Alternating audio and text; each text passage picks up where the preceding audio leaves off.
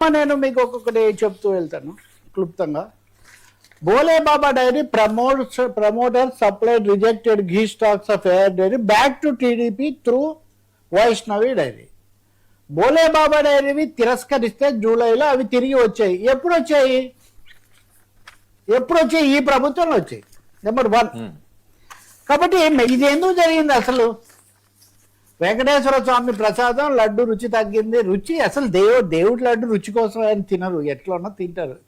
వెనక్కు పంపినటువంటి ట్యాంకర్లు తిరిగి వస్తే కూడా కనుక్కోలేనంత దురవస్థలో ఎందుకు ఉన్నారు? ఈ ప్రశ్నకు సమాధానం చెప్పాల్సిన నైతిక బాధ్యత కూటమికి ఉందా లేదా? రెండోసారి మీరు వెనక్కు పంపినవి తిరిగి వస్తే, ఇది సిబిఐ ఛార్జ్ షీట్ లో ఉంది చాలా స్పష్టంగా.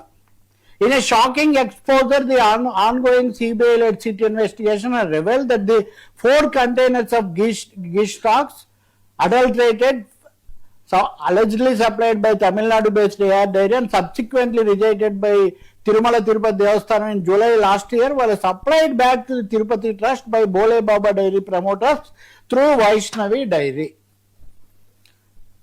సో వీళ్ళు దీని నుంచి వెనక్కి వెళ్ళి పరిశోధించుకుంటూ వెళ్ళారు. చాలా విషయాలు. Further investigations by the SIT also exposed a fake trial of documents.